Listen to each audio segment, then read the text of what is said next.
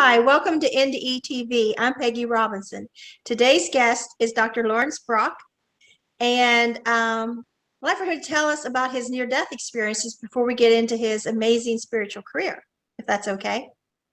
That is okay, yes. Of course, I've told the story many times, but it's always kind of uplifting and, reminds me. And even as I start to think about it, I connect into the spirit in a really nice way. So Yes. I was live on the East Coast of the United States, and I've lived here most of my life, but I've lived a few other places. So when my near-death experience happened, I was actually living in Colorado and I came back east to visit my parents. My roommate in Colorado was a high school friend of mine, so both our parents lived in New York, just about 20 miles north of New York City. And we heard about a party, and we wanted to go from a friend from high school. And we went to the party. Um, we drove back from Colorado in his car, and we both went to our parents' house to rest for a while before the party. And I took my mom's car to the party. At the party, there was a cute young lady who was having the party who I wanted to talk to. So I came up with a plan that I would pretend I was higher than I was. I mean, we were drinking and smoking pot, definitely. And it was a different time where people didn't think twice about driving like that. Right. But I thought I 70's. yeah, yes, in the 1970s, yeah. And so I, I had him drive me back home so I could go back there the next day and pick up my car and talk to the young lady because she was kind of busy hosting the party. Almost back to my parents, I realized my sister needed to use my mom's car the next morning for work. So I said to my friend, "Oh, take me back. I got to get the car." And then I remember I went inside to tell the young lady that I was going to take my car. And I still have a vision of leaving the party. And, you know, I realize now if I was I don't drink at all, so it's not an issue. But if I was this age and was that drunk, I would have known not to drive because I still remember seeing everyone. They were kind of hazy and the extra bright colors that you see sometimes when you drink a little too much. And I don't remember getting in the car. I don't remember driving at all. The next thing I remember is I'm out of my car, out of my body, floating above the car. The car smashed, really smashed. Like when I looked, I didn't think of this then, but I had a picture actually of the car that I can't find. When I looked at it, wow, how did I survive? And I was sitting on the ground, leaning against a tree like this, and there was a police officer crouching over me. Part of it was I saw this, I saw my head cracked open, and knowing that I was not in good shape, didn't bother me. It seemed like everything was normal, and uh, then so I was facing this way. Where I was, it was all white around me. Where my body was in the car, it was dark. It was, like in the middle of the night. Behind me, even though I wasn't looking that way, I knew it was all white. Then there was a big circle of white that was a different shade of white, and then a white being in there that was kind of radiating light. Um, my experience was very kinesthetic, where I just felt like, I mean, just this greatest love. And as I said, even seeing my body destroy, my head cracked open, it seemed everything made sense. I remember thinking of just knowing family dilemmas were okay. Everything just was okay. And I knew that. And then the voice from behind me said, "You have to go back. Your father wants you to stay." I knew right at that time he was talking about God, my father, not my physical father. And I went back into my body and came to 3 days later. Did you That, have full and memory of that? I did. Yeah. Someone asked me recently, did it take a while to remember? But I would say no. I'm trying to think back. So at that time, it wasn't like I thought, oh, I had a near-death experience. It was, Right. I had no idea. No one was talking about it. Right. Around that time, the phrase near-death experience, someone coined that phrase around that time, but I did not think of it at all. It's not like I knew what to think of it, but I knew I had this experience. Uh, Part of how I, had it make sense in my mind happened a little while later. Uh, but I did notice after that right away, my hands became warm when I touched people. Again, I didn't know what to make of it. I was always kind of intuitive, but that seemed to increase quite a lot. Another thing that definitely happened is um, shortly after that, my mom convinced me and bribed me to move back east from Colorado. And I just started meeting all sorts of spiritual people. Most of them, almost all of them had near death experiences. And so that was a environment where I could talk about it and start learning, but I started studying death. One of the cool things that happened, and I knew this happened, but I didn't realize how cool it really was, is this in my apartment, back in New York, this someone knocked on the door, and nowadays, if someone knocks without me knowing because of cell phones, I think it's like, what's going on? But someone knocked on the door. I answered the door. There was this beautiful woman there. She said, I'm the sister of a really good friend of yours, and she told me some things about you, and I wanted to get to know you. And she introduced me to the first, I guess, real authentic spiritual teacher that I met. And just that she showed up at the door, without me doing anything, it just looked like, and Mhm. things like that have happened in my life since, just making sure I'm staying on my spiritual path, basically. So it's cool. So she introduced me to this guy who was a Sufi sheikh, which is part of the Islamic religion, and the Mevlevi dervishes, who follows the teachings of Jalaluddin Rumi, who's Rumi's become a famous poet, that people read his. So his love poems were really mostly about either God or his teacher, Shams Tabriz. And, people read them now and put a romantic twist on them, but really they were spiritual, God's love and his spiritual teacher's love. So the Sheikh started to talk to me about a couple of things that, like, oh, that's what I experienced, because I didn't know how to explain it. He talked about the ocean of divine love and benevolence. And I thought, oh, that is what I felt like, the love and just that everything was okay. That was a way to describe it. He talked about Mary and Jesus. He talked about Mary's love for God, how that opened her up to receive the Christ energy. And I thought, wow, that was how I felt, that love for God and receiving that energy. And then he talked about Jesus. And just as soon as he mentioned that, I go, oh, that behind me, that white light being was Jesus telling me I have to go back. And still to this day, those words ring very true to me and really stir my heart and all sorts of things. It's really great. Do you feel it makes the hands warm and that kind of healing when you recall that When light I or when I recall, it's not so much in my hands. It's more like I feel it around my head and in my heart, in the center of my chest. The hands-on thing is more like, and I I don't work with people in person much anymore. But even now, if I touch someone, my hands become warm. I have a daughter who sometimes lets me help her. She's a teenager, so and my hands become warm when I do that. That still happens now. so at the hospital, what did they say? What was your injuries? Well, I don't know if you can see it, but I have a scar that goes here, and I say sometimes if I was a woman, it would really stand out, but for men, it's kind of, but it itches along here. There's tender points, so that my head was cracked open basically, and my dad came in when I was lying on the table. He said he saw and he could see into my head. I guess the skin was folded back when he did that. The doctors didn't tell me that much, really. The neurologist, uh, after I was recovered enough to get out of bed and I was about to go home, I had a meeting and we were standing in a circle with my dad here. The neurologist was right next to me and my mom was here.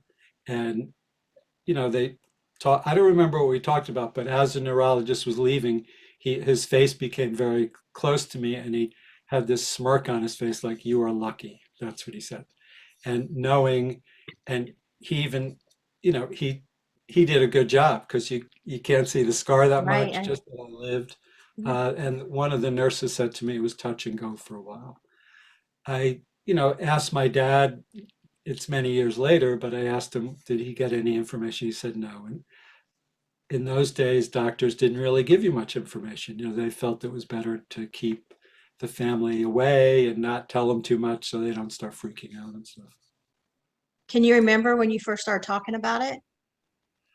Um, the first exact time, I don't remember, but I know after I met this woman and she talked to me some about it, but when I met the Sufi Sheikh, he was teaching me about death. He started talking. We read like the Tibetan Book of the Dead. There was this kind of crazy, wild kind of Sufi guy named E.J. Gold who wrote a book about death. So then, and this Sufi Sheikh had a few groups. One was in Colorado, one was in Vancouver. There were some people in New York City, not not as much of a formal group, but a lot of the people in those groups had near-death experiences. He had a near-death experience. We didn't use the term near-death experience, but we were talking about like what happens when we die and basically doing meditations to try to do that same thing while we were alive. That was kind of the purpose of it. So how did that all lead to a career in spirituality? Well, there's, one thing led to the next. So let's see. When I came back east, part of the deal with my mom was I would go into my dad's electrical contracting business. A lot of it was doing the business part and the management part, but some of it was doing electrical work. Um, a little while after that, so I had met the Sufi Sheikh and I started studying, not always so directly with him because I lived in Westchester, New York. I would read things. A funny story was I was looking, like the main teachings of Jalaluddin Rumi are in this book called the Mathnawi. And I couldn't find a copy of it. It was before Kindle. Like now you can buy the Mathnawi online for $4. And, back then I would go to Weiser's, this bookstore in New York City that specializes in spiritual books. I would call them up every once in a while. And all of a sudden, they didn't have any copies that were printed. And all of a sudden, they said, "We got one in." I said, "Save it." It was $212, I remember. I paid for it gave my credit card and went there. And I opened it up. It was this beautiful leather bound book, and I was so excited. And the introduction was in English, but the rest of it was in Persian. And I was like, oh. I was like, Gosh. right, but I bought it anyway because it was so beautiful and it had such a nice energy to it. And I ended up, so the part of how I got into this as a career was I got in another kind of small car accident going to one of the electrical contracting jobs. And then after that, I didn't get hurt in that accident at all, but I woke up the next morning and my shoulders and back were so tight. I just knew I needed a vacation. So I went up to Vermont to visit a friend, and he's the one who I eventually gave the book to because he was a friend in the Sufi community. Sorry. That's okay. Go ahead. So I went up to Vermont and he was a Sufi friend and we went there. I was married at the time and he he was able to translate Persian books. So I actually gave him that book because I knew that, even though I liked it, it was beautiful and it had a nice feel to it, he could actually use it. He also at that time he suggested that I try a polarity therapy treatment. And I didn't know what that was, but I took his word for it and I went and got a polarity therapy treatment. Polarity therapy is a very gentle body work where you're really just holding like points, like this is one of them. But you do something with your other, so you're always doing either left and right or top and bottom, and you're balancing these points. But I had such a profound experience, and I guess I was like 25 at that by this time, and I just felt old because I was working, like most days, too many hours between construction, and even the office was like in a warehouse, cold and damp and stuff like that. And I felt so good. I got off the table. I felt really good. I had cathartic experiences, memories from childhood, all this stuff. I was going to get off the table and complain because it seemed like she said it'd be an hour. I thought it was less. I looked at the clock. I was on the table for 3 hours. It was Wow. just this really great experience.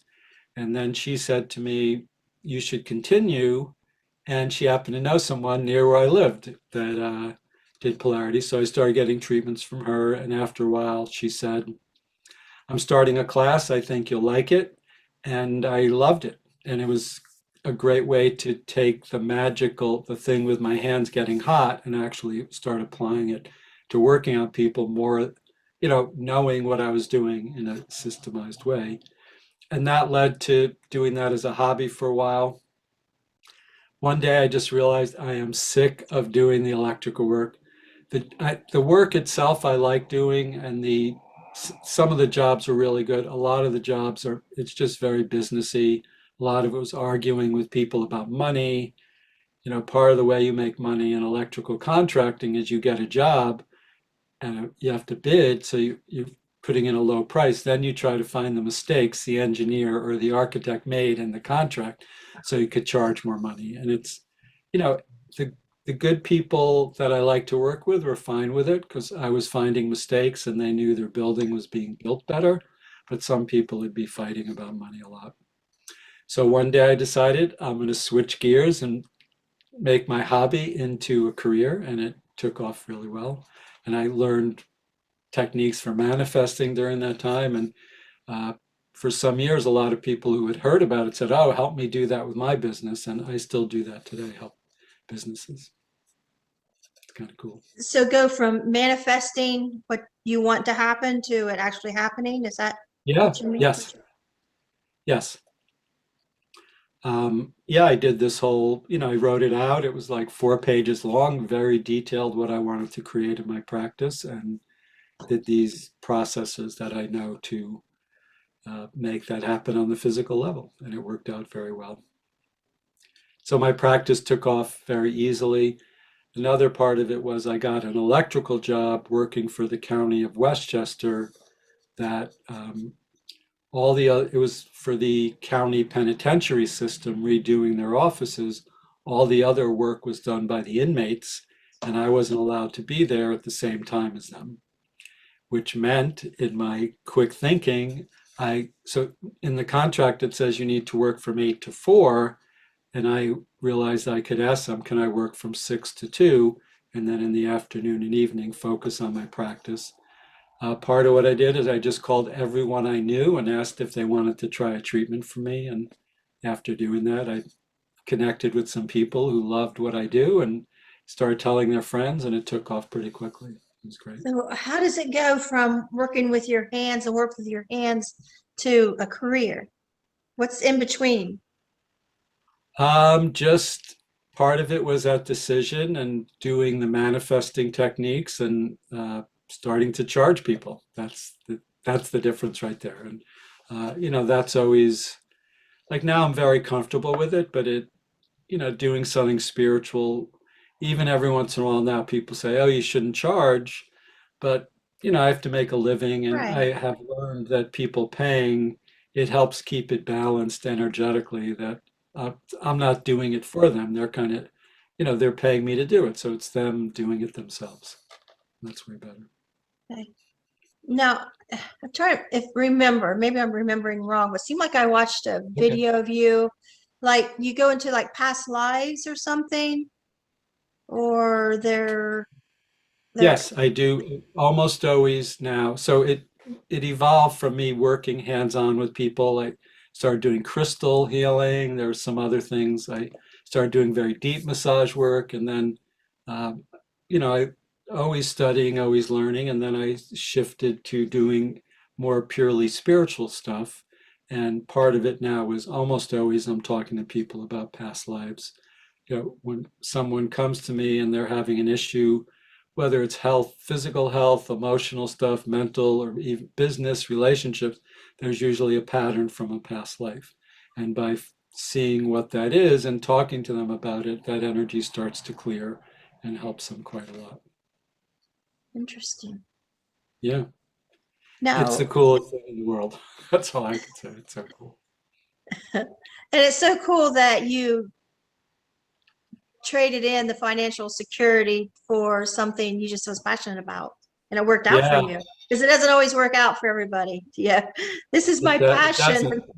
Yeah, yeah. Well, sometimes that part's, it's a struggle to do that. Mostly it's been lucrative enough, not as lucrative as electrical contracting, but good enough to, you know, have a home and eat. And, I have a teenage daughter. That's not cheap either. So. And who knows what the cost would have been on your health to deal with that stress from the electrical engineering and the financial part that you were not happy with. I mean, Yeah, that's true too. Yes, luckily I'm very healthy. I have good genes. My dad's 91. He's very healthy. He still plays tennis. He drives. Actually has a girlfriend of about 7 years. They're so in love. It's so nice. uh, now, how did you get a doctorate in, what was it? Spiritual something? Spiritual science. Yeah. Uh, yeah, I started, it just has become my life, and I got involved with groups, and there's one group is connected to the school that offers a master's. I did the master's and the doctorate in spiritual science. It's Where very is cool. that? I'm curious. It's in California. It's called California. called Peace Theological Seminary and College of Philosophy. Peace. Peace, yes. Cool. Yeah. And they had, I took the master, even though the school's there, I did the master's class in Columbia, Maryland, which is outside of Washington, D.C., and the doctorate I did in New York City. So they're Oh, in okay. both of them. I think the class started out with about 70 people. By the end, it was about half as much. A lot of people kind of dropped out. And so I didn't have to go to California. I could do it, closer. I've looked at different degrees and things, and Yeah. nothing just really stuck out at me. Like, this is Yeah. it. Yeah. This I really loved. I like doing the schooling, and a lot of people just do it for their own personal growth, really. But and I wanted to get the degree. It took a lot of years for me to finish writing the paper and actually graduate compared to when I finished the school.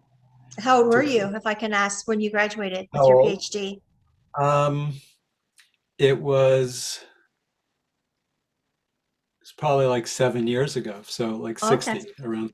Like So my 60. degrees are right behind me. I could look and see. Okay. Well, no, yes, they have the dates on there. So not that long ago, and I was finished schooling around the time my daughter was born, and I thought I would be writing the paper right away. And for a while, I did sit down once a week and focus on writing and researching. Part of the instructions were it should be something you were passionate about. Like you're supposed to look at your life, see what techniques you used, for spiritual or self-care, and then come up with a theory, if you do this, then this, and then do the research and do studies and all that. And I would work on something for a few months and then I'd lose the passion. When I realized I needed to work through that part, even, if I wanted to get done, it wasn't not going to be, for 2 years, which is about how long it took to write the paper, that I was going to feel passionate about it all the time. So I just Right. decided to, keep my butt on the tape, on the chair, and keep writing and keep going. So I decided to, every morning I would work for a half an hour, sometimes more. You have to go through all your notes and there's a lot of stuff from class and come up with the idea and see how it pertained to your life and do a lot of I did more research than most people, but I wanted it to be very scientific. I didn't want it to just be, a lot of spiritual things are how you feel or your experience. I wanted to validate it with other people's experience, and in some cases, actual, very there's one, I did it about a breathing exercise, and I was very excited. I found this study, and it was done by Harvard Medical School, um, where they did a study on mindfulness. So basically, for 8 weeks, people did 20 minutes of mindfulness breathing meditation. And, there was a control group. I mean, it was a really, you know, real scientific, really formal science experiment. And but they took MRIs before and after for the group that did the meditation and the group that didn't, and it showed the white matter in the people's brains grew. And the white matter doesn't grow like this, but it becomes denser. And it basically, part of what the white matter does is our positive emotions and our positive thoughts. So your brain, the muscles that use those things developed in your brain. And that's like a real, a real thing. Really Is cool. that what they were calling the God spot? I don't know. I don't know if that, I didn't read that word when I did my research. Okay. I've heard of that since, but I'm not even 100% sure what it is. I saw a video a while back that had Bill Gates talking about that Yeah. place on the MRIs that shows up when in deep prayer or thinking about spiritual experiences, and felt they needed to do something to get rid of it Oh, wow. because they Yeah. felt that would create like terrorists, like Christian fanatic, dangerous terrorists. Oh, really? I Like didn't fear hear. the Christians. Wow. Yeah, They might pray too much. that's funny. Well, But I mean, a lot of the studies are done either from the mindfulness, breathing, or from transcendental meditation. I think Bill Gates did TM, right? Or I'm not sure, but he's someone who's famous for having meditated. It's kind of cool. But there's a lot of people. Michael Jordan, I guess Paul McCartney was really well known for being one of the people that brought that, the Maharaji, and the Beatles like the Maharaji, and it made it kind of famous in the early 1970s. It's cool. well, it's kind of like, I think, what you were talking about in the beginning when you say how you feel when you talk about your near-death experiences. And Yeah, so that white space in the brain, that joy, bliss place that we get from spirituality. I yeah, know I experienced it for the first time. The first time I told my NDEs at an IONS group, yeah, suddenly, because I drowned when I was 5, I was talking about how I was over the pond, and I was in that space again, over the pond, yeah. that place. And then I told about my second NDE, where I'm in the bright white light, and I was there. I wasn't just telling it, I was Right. there, and I felt I was levitating. It felt that Oh, really? way. Wow. It felt that. Yeah, I mean, I know I wasn't, but it felt that way. And then yeah, after that, we had to go to Walmart and pick out a bicycle for my granddaughter's birthday party. And I felt like they say walking on air. Well, I yeah. actually experienced it for a couple hours. I was just in this glow. It's like, wow, they don't make Great, drugs to right? do Yeah. this because I was so No, alert, but I was just in this bliss state. it's a I was it's a hooked. great thing. That's why I like talking about it and even thinking about it and kind of training myself to do that more of the time. And luckily, I can help people who haven't had ND, and even people that do, I can help people connect to that in a very direct way. That's definitely something, my hands getting warm was just this healing ability. And, I learned to do it other ways besides touching.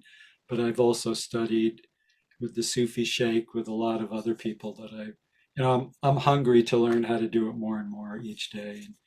And, I meditate every day. I'm very serious about my discipline about it. It's good. Yeah, I was talking about my experiences one time around campfire to family members, and we were walking back to the farmhouse, my in-laws, and I felt this presence, these spirits walking with us. I didn't, of course, say anything. I just felt it, and we went and sat in the kitchen and talked to my mother-in-law and my stepdaughter, and I felt this white cloud around the table. And anybody come in, they'd Yeah. stop and turn around, go the other way. And I thought, yep, stay out. Like, stay out. We are in this zone. We are talking about this stuff. And it was a few months later, and my stepdaughter, we were driving home and the kids fell asleep in the back seat. And she started telling me, when we were walking to the farmhouse, I just felt like there was people walking with us. I felt these spirits. I'm like, and I just kept my mouth shut. And she's continued talking. She said, we Yeah. went in the kitchen. I just felt like there was this white, like this cloud. It was like me talking. It was like me describing exactly what I experienced. Yeah. And so I That's thought, cool. there's something to this. And then another time, my mother-in-law was in the hospital in Columbus, and she asked for someone to say a prayer because she had surgery the next morning, heart surgery. Yeah. And so I said a prayer, and we all held hands, several family members there. And as soon as we were done, she said she wanted to call her brother, and we left to go to the cafeteria. When we come back, a long story short, the brother said later he had never experienced anything like this before in his life. He was in the Wow. car with a friend driving when she called. He had to pull over, and his friend got out because the car filled with white light. And he Nice. said, I heard people talk about this kind of stuff. He said, I thought it was just Hollywood. And Yeah. he said that happened, and he couldn't stop talking about it. And It I is. thought, It's I don't good to get that understand it. validation. Yeah. I don't understand, like yours, at least you're healing somebody. Mine is Yeah. just like, it's white, or the spirits, or there's Yeah. like an army comes. Well, that's what it was like. And I just learned to discover how to do that. And, some of it was learning from other people. Some of it is things like that happen. And there's no denying it. In one way, it's good when other people say something because you could always think, God, was that just in my head? Even though it's not. It's when other people get it, it's like, it's great. It's nice to connect. And Yeah. yes, I know those experiences. It's very cool. Sometimes little kids seem to notice it more than anyone. That's for sure. Animals, dogs and stuff seem to notice. A lot of times I'm working with people and people are always saying, oh, my animals always come over, that kind of thing. It's good. Yeah. I love the animals. We have a lot of animals. It's starting a farm, but we have some dogs and a cat. And I love the ones that make eye contact. Yeah. It's just like, they'll just come over and make eye contact. And I'm like, what's going on? Yeah. And I'm like, I was like, tell my husband, they need this or that. Or one time was, my dog's mouth was just shut. And he's just looking at me. Like, something's Yeah. wrong. My husband's like, he's fine. Something's wrong. And he wouldn't open his mouth. And we Yeah. took him to the vet. They had to put him to sleep because he wouldn't open his mouth. And here his jaw was broke. And he had Oh, teeth wow. knocked out. We don't know what happened to him. He'd been out in Yeah. the woods. We don't know. But I mean, it's just like, and my cat even will do it. It's like, well, look at me. I'm like, what's going on? Like, oh, I didn't feed you. She likes a can of Yeah, food a no, certain time of they day, definitely communicate. but Yeah. I mean, just, some animals seem more conscious than others. So I have a guinea pig. It's easy. And, my daughter's 17, but this is the second one we had. This one is way more conscious. She goes to the cage, she starts squeaking when she wants to be pet. It's near the kitchen. I open the refrigerator, she starts squeaking. She wants some fruits and vegetables and stuff, but she'll be very sometimes demanding about it. Like I'll start petting her and she'll like push her head up and I can sort of tell sometimes she's trying to get my hand to be in a different place on her body. And for a guinea pig, I mean, that's really cool. yeah, that is cool. Yeah. Yeah. So yes, those experiences, and I had some experiences like you're talking about that were, I've so when I was even before my near-death experience, I saw my past grandfather in a movie theater. And I mean, he looked as physical and now I know, sometimes I see that now. Sometimes I wonder, am I seeing people that are not alive and I don't realize it? In one way, I'm just kind of naive about this stuff. But, when I saw my grandfather, I don't know, it just seemed like normal to me, and it was kind of funny and I let it go. But I think if I was paying attention and got with the program, I probably wouldn't have had to have my near-death experience, which, I mean, the spiritual part of it was great. The physical part of it was definitely not, the part of hurting my body, and still, the right side of my body was hurt much more. Usually if something's wrong with my body, it's on the right side. My head's tender along this part. I mean, the spiritual part, that overall I'm grateful for the experience, but I also could see if I was paying more attention to the clues that came into my life before that, pretty much God wouldn't have needed to slap me on the side of the head to say, wake up, dude, get with it. So after that, there was no denying it. There was no turning back. Now, have you written a book? I haven't. I mean, I probably have enough stuff in my computer because I've written a lot of stuff, but I focus on making the the video. I was even going to say DVDs, like that's how old I am. Making videos on YouTube, I feel like it's the way to tell my story. Yeah, because actually, I feel like, does anybody read anymore? I think they're watching YouTube. Yeah, I think that's more the case. Or I love to watch TV, and a lot of what I've learned, especially when I was younger, was from sci-fi. Those are, and you're talking about your niece or nephew that saw science. I think kids are more open to it partially because there's all these sci-fi shows on where these spiritual things are going on. The vampire, TV shows, Star Wars, Star Trek, any of these things have all these metaphysical and spiritual concepts they're talking about and exploring. So kids are more open to it. I have a 17-year-old daughter, and she's fine with talking about it. Most of her friends are fine with it. It's great. It's a big change from what my grandparents talked about Yes, when I was a definitely. teenager. Yeah. I mean, it was the Bible. It was going to church. It was, you're going to Yeah. hell if you don't, watch your ways. And I remember a And song work back, work hard, right? That was yeah, what my like in the dad. 80s, like it was like um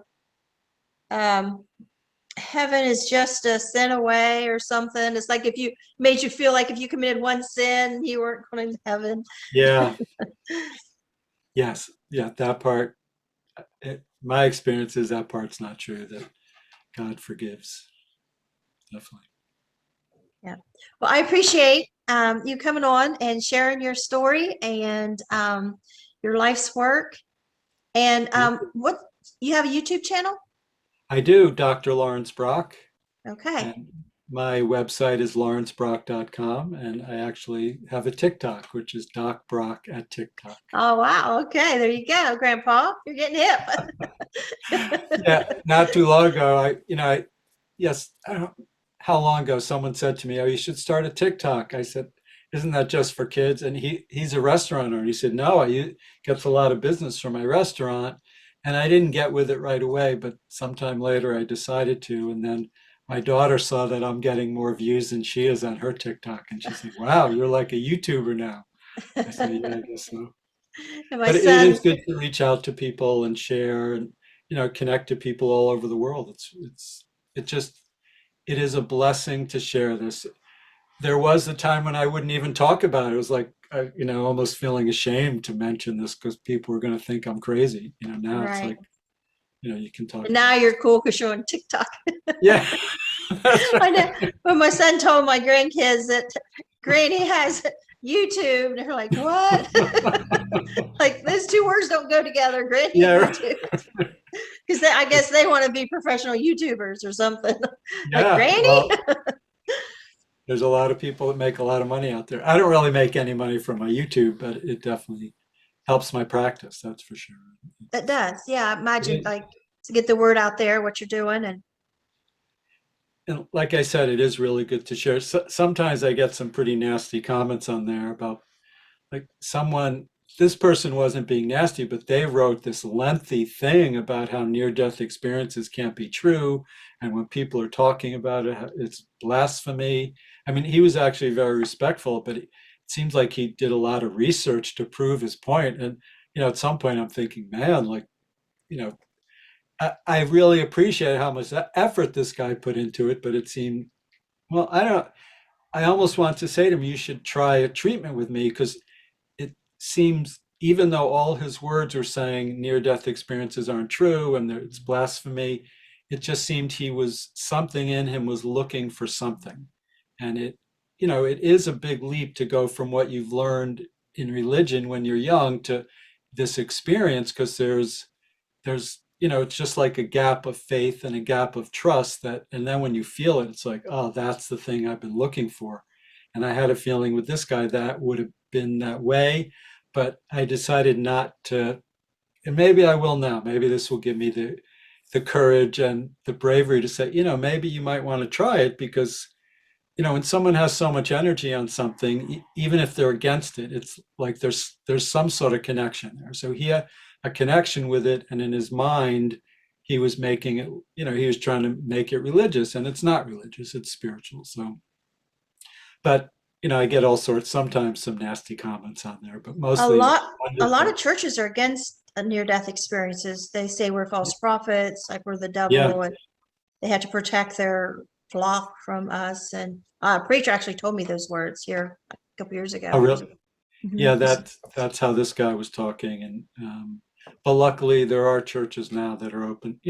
I go to a Unity church that's very open to it. There's other kind of spiritualist. There's something. I have a client in England who, I think it's just called the spiritualist church, that he goes and they talk about it. And yeah, the world's coming around. Now, That's my opinion. I'm afraid of those unity churches. Oh, really? Well, some of them are, yes. The one that I go to is really nice. They're very supportive, and I get to talk about the stuff, and they're very open to it. And uh, I there's the talked to Universalist church that is a little different. Still very, I mean, nice people. There's nice people doing good things together. That's always good. And Yeah, but and you can't base one church on all of them. yeah, no, definitely No. not. Unity churches, they're different from church to church. I had one that yes, I mean, I'll just talk about the good ones. The one I mostly go to is really nice and supportive. It's just nice. They're like-minded people that are talking about spiritual things, manifesting, being positive, having the Christ energy in you. And that's, the manifesting and the Christ energy in you are a big part of the basic philosophies of the Unity Church. When I was still with Ions, I spoke at a Unity Church, uh, Raleigh, North Uh-huh. Carolina, Yeah. and Didn't have a good experience. they didn't think I should be pro-life. They questioned and questioned after my talk. I didn't mention anything about abortion Yeah, yeah, yeah. at my talk, but they just wanted to focus because they knew that I was. And so one old lady come up and she said, "You need to think about what church you're in. You're in Unity Church." And I thought, I'm still Yeah, pro-life. Just I walk in your church. I don't know anything about this church, but I do now. yeah. you know. But then Usually somebody they're, told me they're not all like that. no, I think in general they're very accepting to people's different ways of looking at things. And so, yeah, that's, yeah, I mean, everywhere there's annoying people. Yeah. And Even, I guess we all should not base our conclusions. Probably like that guy too, that was very critical, he's yeah, basing his thing of all near-death experiences on, probably bad experience or what yeah. he, But like I said, he wrote three very lengthy comments, and he did research, and he had, it was, I don't know. I kind of admired how he wrote it and how much research he did into it. But to me, it felt like he was looking for something, and where he wouldn't have. And he didn't say one really mean thing. He even said, this is my opinion. He wasn't trying to tell me I was wrong or anything like that. It was good. yeah, I like debates like that. I just hate Yeah, it when they come at you so awful. You're this, you're that, and name calling. And yeah, I've definitely gotten some of those, and for the time being, it's not bothering me so much. I want to say I'm over it, but for now, I'm over it, because sometimes those little, if I get 100 nice comments, I get one not nice one. that's what That you focus bothers me. on. Yeah, it's like for Yeah. days it bothers It's like me. you can't hear any of the good ones in your head. You hear that Right. one For that some said, reason, one thing is there. it's awful. I don't know Yeah. why the brain does that. I don't know if it's like trained to like watch for a threat, because those people aren't a threat. That It compliment is, is, yes, and this feels like a threat. If it somehow, is. not like a bit like oh, everybody's going to see that and everybody's going to believe that, and we like make it out to be bigger than what it is. Like, I'm ruined because this one person said Right. something. It is. We're designed to notice the threats, on a basic biological level to protect ourselves, even though these things are really, they're not a danger. But that's the part of our mind that really tunes into that on that way. And I'm recovering from PTSD, so those things used to trigger me. Oh, really? Yeah. Oh I can gosh. imagine. Like, oh, here we go again. Now it's going to take me all day to recover. And I'm getting a lot better. It seems like the more they come at me, the more, kind of like hitting a ball back, more better Yeah. practice you get of getting rid of it, get it out of Yeah. here. It just Delete starts button to is sound great. like, Unfriend is great. Block. I love it. I know that you can delete people's comments on YouTube is good. I mean, Leave so all the yeah, nice ones. yeah, I'll leave the nice one. Sometimes people put these like sex videos under my things that, What? wow. Yeah. Okay. Well, enjoy your evening. Thank you so much for coming on. It's nice meeting Thank you. you. It was really, yeah, nice meeting you too. And Yeah, good luck in the future. I've seen you on Facebook for years, Oh, so have it's you? kind of, yeah, yeah. Okay. It's nice to meet you. You too. Bye bye. Have a place. Bye bye.